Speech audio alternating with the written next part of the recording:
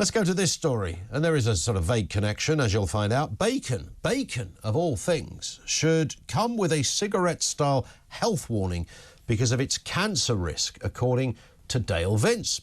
He's backing a campaign to make NHS hospitals serve plant-based food to patients. He says meat and dairy should come with health warnings, citing bacon in particular because it's carcinogenic.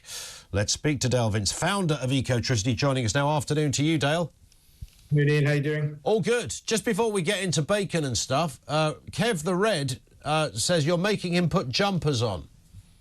Well, we're doing him a favour then, I reckon. But look, 80 quid a month is not a huge energy bill. Nationally today, that's about normal. That's where we are. But it's because we're still dependent on fossil fuels to a large degree. And to a complete degree, they set the price of energy on the system. Even though 50% of our energy is green, fossil fuels set the price of it. And it's something the government could change, just reform the market, and then we can all get lower bills straight away. Am I right in saying suppliers like yourself are not, you don't set these prices, and you're not the, when we hear about these big profits, the gas companies have made loads of profits, they're not talking about Ecotricity or Octopus, they're talking about the people that are actually producing the stuff.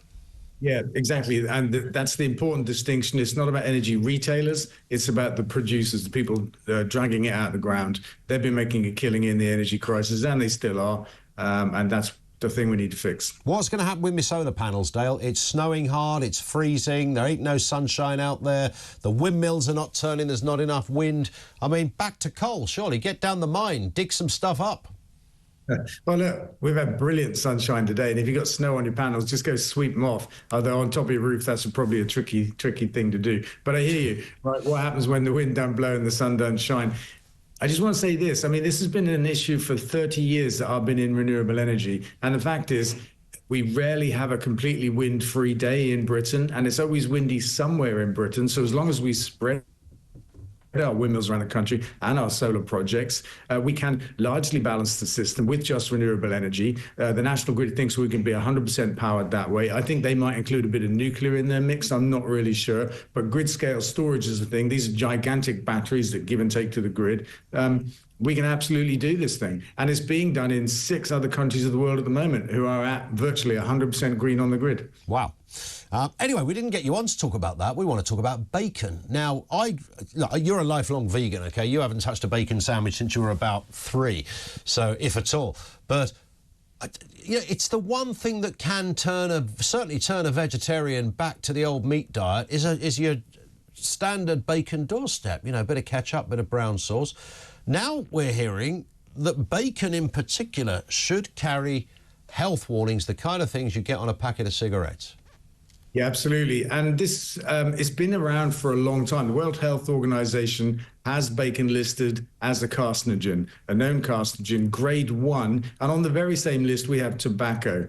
And what I've been saying lately is, look at how we treat tobacco. We stick it behind a roller shuttered door, unbranded packaging with pictures of diseased organs on it. We couldn't be any more clear that it's bad for your health, tragically bad for your health. Bacon sits in a supermarket fridge, probably got a picture of a happy pig on it, and all of the indications are it's okay to eat it, when the science says it is not okay to eat it. And what I'm saying additionally is government should step in. Government have an obligation, a responsibility to us actually to give us some advice about this kind of stuff, and actually to regulate the industry and make the industry behave in our best interest. So in one case, there's warnings on packets of bacon and other products that are harmful for us. And otherwise, salt, fat, and sugar are the 3 big ingredients of the fast food and processed food industry. They are literally poisoning us, and the government should step in and regulate those as well. Is it not just an overindulgence in those things, though? Because, I mean, look, there's a lot of things in supermarkets, as we know, that are not good for you. There's a lot of vegan food that gets off by just saying, we're not meat, so therefore we're okay, but not always healthy. Health issues come in many forms, both meat-based and non-meat-based, but often the issue is an overindulgence on those things. Is to if you had a bacon sandwich 8 times a day, then you might die. But what, once a week? That's all right, isn't it? Apparently not. And actually, with cigarettes, we didn't take that view, did we? We didn't say, oh, it's okay just to smoke a little, right? Smoking is terribly bad for you. And we often hear, though, you just need a balanced approach, do a little bit this, that, and the other. But processed food today is so chock full of salt, sugar, and fat. We can't avoid it. It's very hard to avoid these three ingredients. Yes, we absolutely have an element of choice, but when we walk into a shop and we see things on the shelves, we think it must be okay. I mean, that's how it works, isn't it? You think, well, the government wouldn't allow it if it was bad for me, if it was poisoning me, if it was causing diabetes, for example, the amount of sugar in fizzy drinks. But it is, and they do allow it. This might sound like a daft question, Dale, but I'm going to throw it in there anyway. You like the countryside. You are a man that is at home in the fields and the valleys. You know, that's a natural sort of spiritual place that you'd rather be than a big old smoggy town. So I'm wondering whether you were out there with the farmers yesterday in Westminster protesting against this, what has to be a kind of Cruella de Vil type tax that the government want to impose on hard-working farmers. Well, actually, I think it's the closing of a tax loophole. That's the way I look at it, right? Because there's been no inheritance tax on land. I don't know how long for, but there's been none. And people like Dyson and Clarkson have piled in and bought loads of land as a kind of way to avoid paying tax. And that's one issue. But the government are closing this loophole. But still, farmers will only pay half as much inheritance tax as you or I will on a property, for example, like a house. Half as much. And it will affect very few farms. But the way I look at it, it's closing of a loophole. But it is the whole point of that. I mean, of course, there's some rich old duffers, the old landed gentry characters that owned, pretty much all of Scotland, and peasants would live there for a daft rent, and they've made millions out of doing that. But the average farmer is, the reason that loophole was there is because it's a legacy industry. It gets passed down. They're not selling it. They're not moving on. They're not trying to go, right, if I keep hold of this farm in 20 years' time, it'll be worth a load of money and then we can all disappear to Saint-Tropez. That isn't the deal with small holdings and the like. The deal is you keep it in the family. You might make 30, 40,000 quid a year. Your overheads are covered because you live on the farm.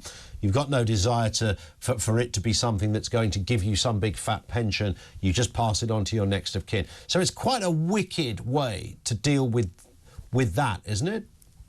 I think the kind of farm you're describing there is the kind of farm that isn't captured by this partial closing of the loophole.